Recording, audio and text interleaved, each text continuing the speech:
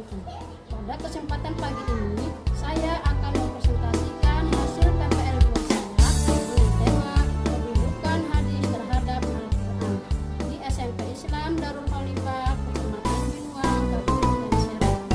Inilah video PPL 2 saya. Selamat menyaksikan. Warahmatullahi wabarakatuh.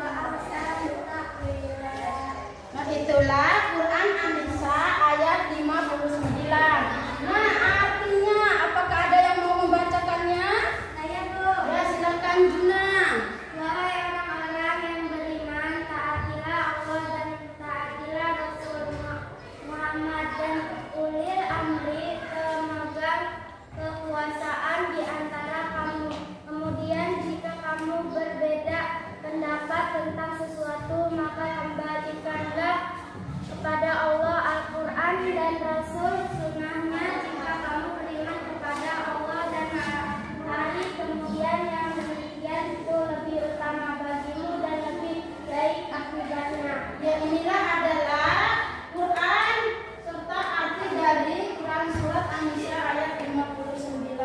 Sekarang silakan kalian diskusikan tentang fungsi Al-Quran dan hadis serta isi kandungan Quran surat An-Nisa ayat 59 dan Quran surat An-Nahl ayat 64.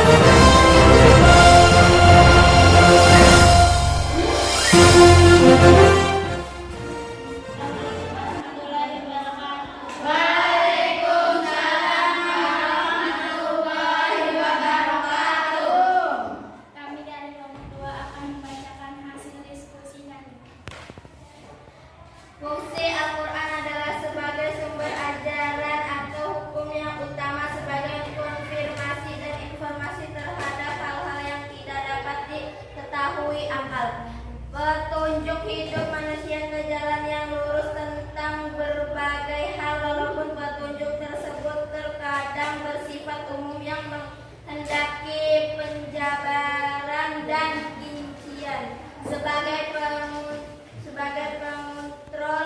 dan pengoreksi terhadap ajaran-ajaran masa lalu, yaitu Injil, Zabar, dan Taurat. 2. Fungsi hadis adalah mengukuhkan hukum yang sudah ada dalam Al-Quran, merinci ayat Al-Quran yang global atau umum, kemudian mengkhususkan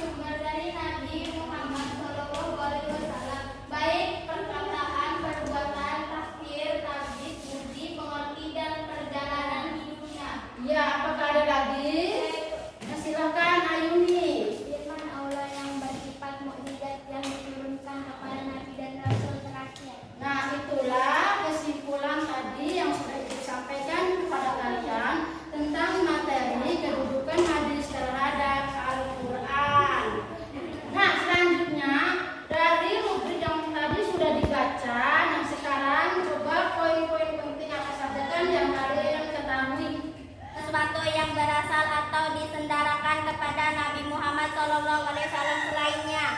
Asal sesuatu yang disendarakan kepada sahabat dan tabi'in. Nah, poin-poin penting terhadap tadi ya rubrik yang sudah dibacakan